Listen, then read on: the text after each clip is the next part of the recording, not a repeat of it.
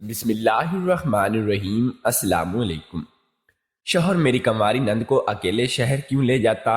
ایک ایسا راز جسے جان کر میرے تو جیسے سر پر ساتوں آسمان گر گئے، کیونکہ میرا شوہر تو اپنی بہن کے ساتھ شادی ہو کر سسرال میں قدم رکھا تو میں بہت خوش تھی، کیونکہ مجھے لمبا چوڑا سسرال نصیب نہیں ہوا تھا۔ میرے شوہر کے علاوہ سسرال میں صرف ایک ہی کنواری نند تھی جس نے کھلے دل سے میرا استقبال کیا تھا۔ وہ مجھ سے عمر میں چھوٹی تھی، اس لیے مجھے یقین تھا کہ میں بہت جلد ہی اسے دوستی کر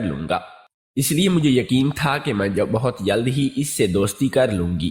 شادی کی رات میرا شوہر حیدر کمرے میں آیا تو میں حیا کے مارے اپنے آپ میں سمٹ گئی۔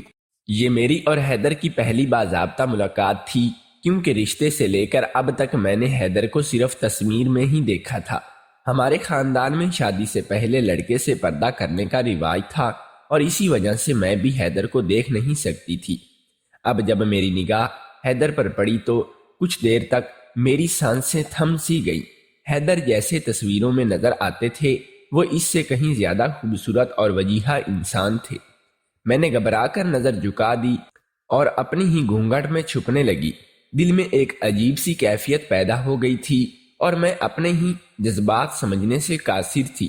حیدر میرے پاس آ کر بیٹھے تو مجھے لگا کہ وہ میری تعریف میں کچھ کہیں گے۔ انہوں نے بہت پیار سے میرا نام لے کر پکارا اور کہنے لگا، ہینا، تم میری زندگی میں آنے والی وہ دوسری لڑکی ہو جس سے میں بہت محبت کرتا ہوں۔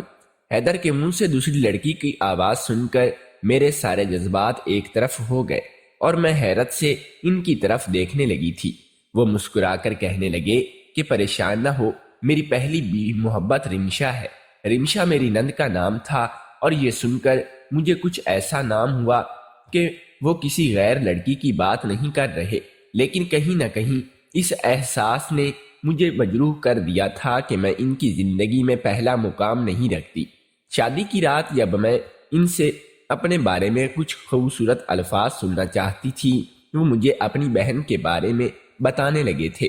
وہ چاہتے تھے کہ میں رمشا کو بہت ہی محبت دوں اور اس کی زندگی میں ماں باپ کی جو خلا ہے اسے پر کرنے میں حیدر کی مدد کروں۔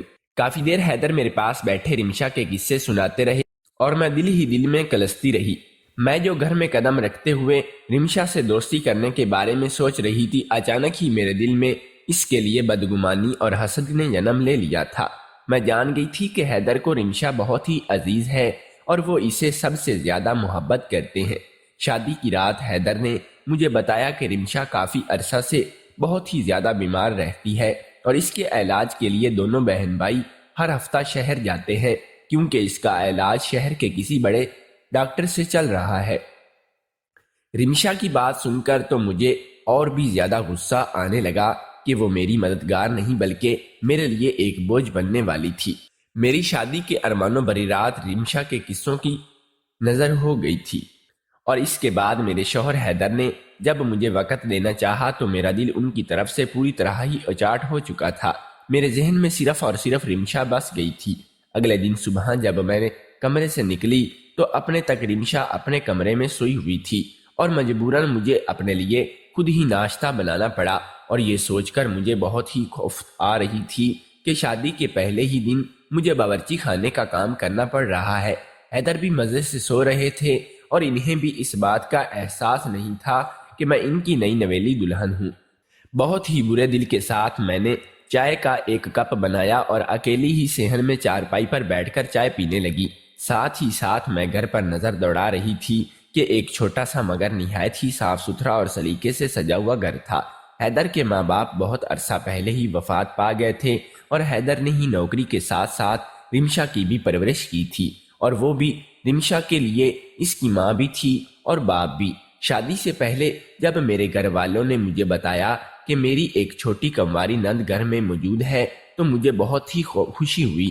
محسوس ہوئی کہ میں گھر میں اکیلی نہیں ہوں گی بلکہ مجھے کسی کا ساتھ نصیب ہوگا۔ لیکن شادی کی رات سے ہی مجھے اس سے نفرت ہونے لگی۔ میں چائے پی رہی تھی کہ حیدر بھی اٹھ کھڑے ہوئے، میرے پاس چلے آئے اور کہنے لگے کہ میرے لیے بھی ناشتہ تیار کر دو۔ حیدر کی بات سن کر میرے تن بدن میں آگ لگ گئی، لیکن میں نے انہیں کچھ بھی نہ کہا اور ناشتہ بنانے کے لیے باورچی خانے کی طرف جانے ہی لگی کہ جب انہوں نے مجھے آواز دے کر کہا کہ رمشا کا بھی ناشتہ بناؤ، میں اسے بھی اٹھا دیتا ہوں۔ حیدر کی بات نے تو مجھے جیسے ہی جلتے ہوئے توے پر بٹھا دیا تھا۔ میں نے پلٹ کر ایک نگاہ حیدر کی طرف ڈالی۔ میں ان سے ناراضگی کا اظہار کرنا چاہتی تھی، لیکن وہ تو کب کا رمشا کے کمرے میں چلے گئے تھے۔ انہیں بالکل بھی احساس نہیں تھا کہ آج میں اس گھر میں پہلا دن ہے۔ میں نے چلتے کھڑتے ان دونوں کا ناشتہ بنایا اور ان کے سامنے سجا کر کمرے میں جانے لگی تو رمشا مجھے آواز دے کر کہنے لگی کہ بھابھی آپ بھی ہمارے ساتھ ناشتہ کر لیں۔ بہت ہی تیکھے انداز میں نے رمشا سے کہا کہ میں کر چکی ہوں، اب آپ دونوں کریں، میں اتنی دیر تک سونے کی عادی نہیں ہوں۔ رمشا شرمندہ ہوتے ہوئے مجھ سے کہنے لگی کہ بھابھی میں رات کو دوائی کھاتی ہوں، اسی لیے میری صبح جلدی آنکھ نہیں کھلتی۔ اس سے پہلے کہ میں کوئی جواب دیتی، حیدر کہنے لگے کہ رمشا تمہیں فکر کرنے کی ضرورت نہیں ہے، تمہاری بھابھی آ گئی ہے، اب یہ سارا گھر سنبھالے گی اور تم آرام سے سوتے رہنا۔ حیدر کی بات سن کر میں دل ہی دل میں سوچنے لگی کہ شاید حیدر نے مجھ سے اسی لیے شادی کی ہے کیونکہ انہیں گھر کے لیے ایک ملازمہ کی ضرورت تھی۔ میں خاموشی سے پلٹ کر کمرے میں چلی آئی، لیکن شادی کے پہلے ہی دن میرا دل اس رشتے سے گدگما ہو گیا تھا۔ میں جو آنکھوں میں ہزاروں خواب سجائے رخصت ہو کر حیدر کے سنگ اس گھر میں آئی تھی، وہ سب جیسے ٹوٹ گئے تھے۔ وہ سب کچھ جو میں ناول اور قصے کہانیوں میں پڑھ کر آئی تھی، میری زندگی میں ویسا کچھ بھی نہیں ہوا تھا۔ میری زندگی سے آنسو بہنے لگے تھے جنہیں میں نے بے دردی سے پوجھ دیا تھا۔ ایک ایک کر کے دن یوں ہی گزر رہے تھے اور میں رمشا اور حیدر کی محبت کو دیکھ رہی تھی۔ ہماری شادی کو ایک ہفتہ ہونے والا تھا، لیکن ایسا کوئی دن نہیں تھا جب رمشا کا ذکر ہم دونوں کے درمیان نہ آیا ہو۔ ایک شام حیدر دفتر سے گھر لوٹے تو میں نے ان سے کہا کہ میں ان کے ساتھ ہوٹل میں کھانا کھانا چاہتی ہوں۔ حیدر نے مسکرا کر کہا بس اتنی سی بات ہے، چلو جلدی سے تیار ہو کر باہر آ جاؤ۔ میں بہت خوشی ہوئی کہ میرے شوہر نے میری بات فوراً ہی مان لی تھی، لیکن جب میں تیار ہو کر کمرے سے باہر نکلی تو رمشا مجھ سے پہلے ہی تیار کھڑی تھی۔ میں نے حیرت سے رمشا کی طرف دیکھنے لگی تو وہ کہنے لگی کہ بھابھی جلدی چلیں، بھوک بہت لگ رہی ہے، ہوٹل پہنچنے میں بھی وقت لگے گا اور آرڈر آنے میں بھی۔ میں تو جو تھوڑی سی دیر تک یہ سوچ کر خوش تھی کہ مجھے کچھ لمحے حیدر کی سنگت میں گزارنے کو ملیں گے، وہ خوشی ایک دفعہ پھر رمشا کی وجہ سے مٹی میں مل گئی تھی۔ اپنے وجود کو پوری طرح گھسیٹتے ہوئے میں گھر سے باہر نکلی تو رمشا میرے اور حیدر کے بیچ میں موٹر سائیکل پر بیٹھ گئی۔ میرا سارا موڈ خراب ہو چکا تھا اور رمشا کو لے کر میرے دل میں نفرت نے جڑ پکڑ لی تھی۔ اس کے ہوتے ہوئے ہمیں کبھی بھی ایک ساتھ وقت گزارنے کا موقع نہیں ملنے والا تھا، اور ہماری شادی کو جیسے ہی ایک ہفتہ ہوا، حیدر نے مجھے بتایا کہ وہ صبح ہی رمشا کو لے کر شہر جا رہے ہیں اور اسے دوا لا کر رات تک لوٹ آئیں گے۔ میں نے حیدر سے کہا کہ میں بھی ان کے ساتھ چلوں گی، لیکن حیدر کہنے لگے کہ شہر ہمارے قصبے کے بہت ہی دور ہے اور اتنی دور تک موٹر سائیکل پر 2 لوگوں کو بٹھا کر لے جانا اس کے لیے آسان نہیں۔ وہ مجھے میرے امی کے گھر چھوڑنے پر راضی تھے، لیکن میں اپنی امی کے گھر نہیں جانا چاہتی تھی۔ میں خوشی سے گھر میں ہی رک گئی تھی اور حیدر رمشا کو لے کر شہر روانہ ہو گئے۔ وہ دونوں صبح کو گئے، رات کو گھر لوٹے اور تھکے ہارے بستر پر لیٹ گئے۔ حیدر تو اس قدر تھکے ہوئے تھے کہ فوراً ہی سو گئے، اور میں سوچ رہی تھی کہ اب ہر ہفتے اپنی چھٹی کے دن حیدر یوں ہی مجھے چھوڑ کر رمشا کے پیچھے شہر چل پڑیں گے۔ حیدر بہت گہری نیند سو گئے تھے اور میں خاموشی سے اپنے تکیے پر لیٹی رمشا کے بارے میں سوچنے لگی تھی۔ وہ کہتے ہیں نا کہ جب آپ کو کسی شخص سے نفرت ہو تو سب سے زیادہ آپ اسی کے بارے میں سوچنے لگتے ہیں، اور میرا حال بھی ایسا ہی تھا۔ میں آج کل چلتے پھرتے اٹھتے بیٹھتے صرف رمشا کے بارے میں ہی سوچ رہی تھی۔ اگلی صبح میں نے اٹھ کر حیدر کے لیے ناشتہ بنایا اور حیدر تھوڑی ہی دیر میں دفتر چلے گئے۔ رمشا معمول کے مطابق بہت دیر سے اٹھی تھی اور جب وہ کمرے سے باہر نکلی تو لنگڑا لنگڑا کر چل رہی تھی۔ میں نے حیرت سے رمشا کو دیکھا کہ اچانک ہی اسے کیا ہو گیا ہے جو وہ لنگڑا لنگڑا کر چل رہی ہے، لیکن میں نے اس سے کوئی سوال نہ کیا۔ وہ خود ہی میرے آگے بیٹھ گئی اور میں مجبوراً اس کے لیے ناشتہ بنانے لگی، کیونکہ یہ حیدر کا حکم تھا کہ رمشا کی طبیعت ٹھیک نہیں رہتی، اسی لیے میں اسے بھی ناشتہ بنا کر دیا کروں۔ ناشتہ تیار کر کے اس کے آگے ناشتہ رکھ ہی دیا تھا کہ جب ہی وہ کہنے لگی کہ رات اسے بہت ہی سکون کی نیند آئی۔ اس کا چہرہ بہت ہی زیادہ فریش نظر آ رہا تھا اور وہ بہت زیادہ خوش بھی تھی۔ اس سے پہلے کہ میں ناشتہ رکھ کر پلٹتی، میری نظر اس کے ہاتھ پر پڑی۔ میں چونک اٹھی کیونکہ اس کے ہاتھوں میں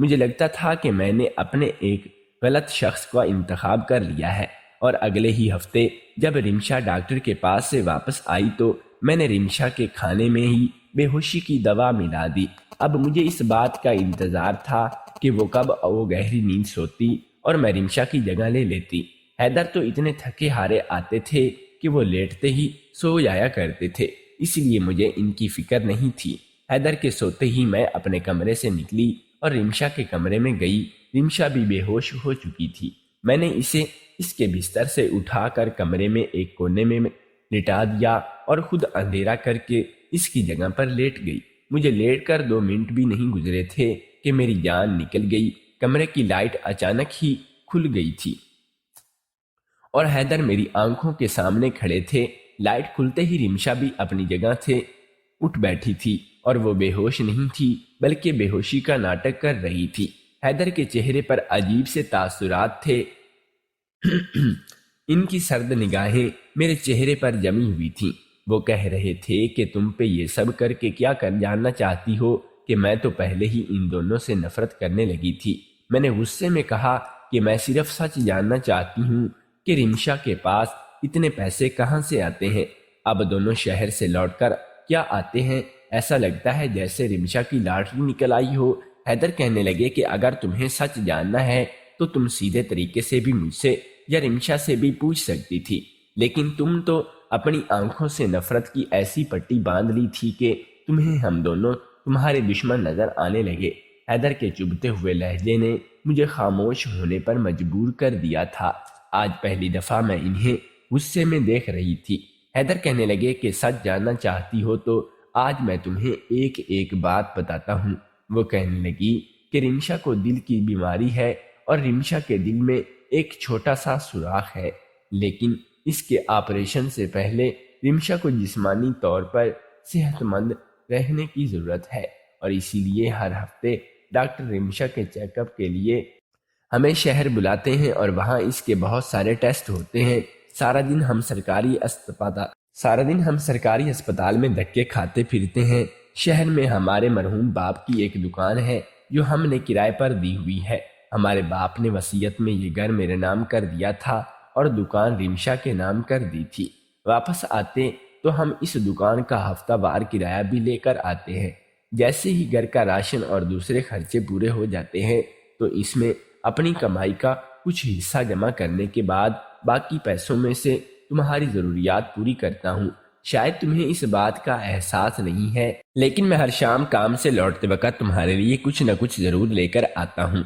رمشا نے بنا سوچے سمجھے اپنی دکان کا کرایہ گھر پر خرچ کیا ہے۔ وہ چاہتی تھی کہ ہماری شادی کے بعد گھر کا خرچ بھی تمہارے ہاتھ میں ہی دے دے، اسی لیے وہ کرایہ لانے کے بعد صبح تمہارے سامنے بیٹھتی اور ان کا حساب کتاب کرتی۔ وہ چاہتی تھی کہ تم اس سے ہی پیسوں میں سے ہمارا ہفتہ نکالنا ہوتا تھا۔ وہ چاہتی تھی کہ تم اس سے گھر کا خرچ چلانا سیکھ لو، کیونکہ اتنے ہی پیسوں میں ہمیں سارا ہفتہ نکالنا ہوتا تھا۔ وہ اپنے منہ سے تمہیں یہ بات اسی لیے نہ کہتی تھی کہ تمہیں کہیں یہ محسوس نہ ہو کہ اس نے ساری ذمہ داریاں تمہارے ہی کاندھوں پر ڈال دی ہیں، لیکن وہ چاہتی تھی کہ اس کا آپریشن ہونے سے پہلے تم سارا گھر اور ذمہ داریاں اٹھا لو، کیونکہ آپریشن کے بعد اس کی زندگی کا کچھ بھروسہ نہیں کہ میں بھی اسی لیے اپنی بہن کو زیادہ وقت دیتا ہوں تاکہ اسے تنہائی کا احساس نہ ہو اور وہ یہ نہ سوچے کہ وہ ماں باپ کے نہ ہونے کی وجہ سے ہی اب اپنے مشکل وقت میں تنہا ہے۔ میں نے کئی دفعہ تم سے رمشا کی بیماری کو لے کر بات کرنا چاہی، لیکن تمہارا مزاج ہمیشہ بگڑا ہوا رہتا تھا اور رمشا کے نام پر تمہارے چہرے پر جس طرح کے تاثرات آتے تھے میں انہیں بہت ہی اچھے طریقے سے سمجھ پایا جایا کرتی تھی، لیکن ہمیشہ یہی سوچ کر خاموش رہا کرتی تھی کہ تم وقت کے ساتھ ساتھ سب کچھ سمجھ لو گی، لیکن مجھے نہیں معلوم تھا کہ تم اپنی نفرت میں اس قدر اندھی ہو جاؤ گی کہ میری بہن کے کردار کو جانچنے کے لیے اس کے کمرے کا رخ کر لو گی۔ حیدر اپنی بات سنا کر خاموش ہو گئے تھے اور مجھے ایسا لگا جیسے میں آسمان سے منہ کے بل زمین پر گر گئی ہوں اور میں اپنی غلطیوں سے اپنے شوہر کی نظر میں گر چکی تھی۔ رمشا خاموشی سے کھڑی تھی، اس نے ایک لفظ بھی نہ کہا تھا اور میں نے اپنے ہاتھوں سے ہی اپنا آشیانہ تباہ کر دیا تھا۔ میں نے چلاتے ہوئے پوچھا کہ پھر رمشا لنگڑا لنگڑا کر کیوں چلتی ہے؟ حیدر طنزیہ مسکراہٹ چہرے پر سجا کر کہنے لگے کہ کاش یہ سوال تم پہلے پوچھ لیتی تو شاید تمہارے دل میں اتنی گرہیں نہ پڑتی۔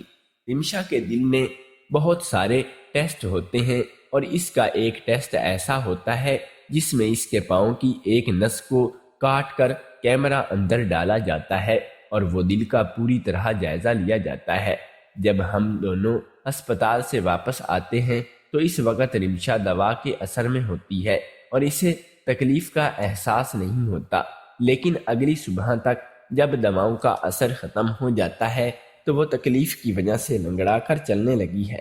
تم نے کبھی میری بہن کی بیماریوں کو اہمیت نہیں دی ہے، اس لیے ہم نے بھی تمہیں اس بارے میں زیادہ کچھ نہیں بتایا اور ہم نہیں چاہتے تھے کہ تمہیں اسے اپنی پریشانی کا حصہ بنائے، مگر رات کو جب تم نے کھانے میں میری بے ہوشی کی دوا ملائی تو اتفاق سے میری نظر پڑ گئی اور میں نے رمشا کو کھانا کھانے کے لیے منع کر دیا۔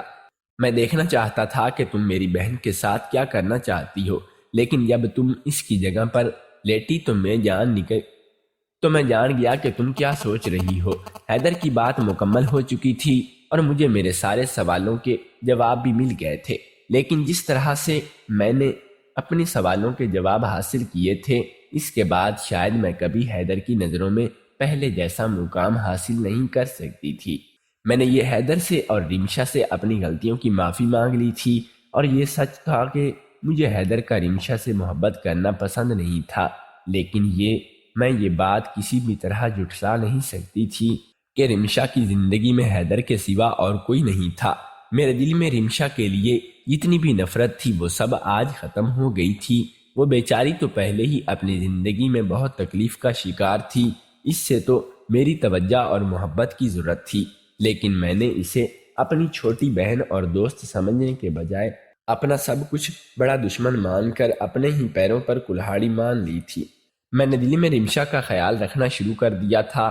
حیدر کو مجھ سے اب کوئی شکایت نہ تھی، رمشا کا علاج جاری تھا اور ہمیں خدا سے اچھے کی امید تھی۔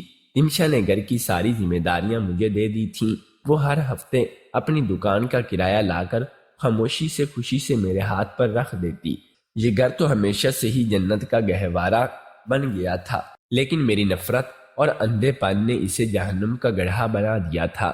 حیدر نے اپنی سمجھداری اور ٹھنڈے مزاج سے ایک دفعہ پھر ہمارے آشیانے کو مہکا دیا تھا۔ کبھی کبھی میں سوچتی ہوں کہ ایک اچھا جیون ساتھی ملنا بھی کتنی بڑی نعمت ہے۔ حیدر کی محبت سے میں اپنے گھر کو بچا پائی تھی۔ رشتوں سے اندھی نفرت کرنے کے بجائے بے لوث ہو کر محبت کرنا چاہیے تاکہ آپ کو بدلے میں بھی محبت حاصل ہو سکے۔ دوستو، اگر آپ کو ہماری کہانی پسند آئی ہو تو نئے آنے والے دوستوں سے گزارش ہے کہ ہمارے چینل کو سبسکرائب ضرور کر لیں اور مزید ایسی کہانیاں سننے کے لیے ہمارے ساتھ جڑے رہیے گا۔ تو ملیں گے کل ایک نئی ویڈیو کے ساتھ، تب تک کے لیے اللہ حافظ۔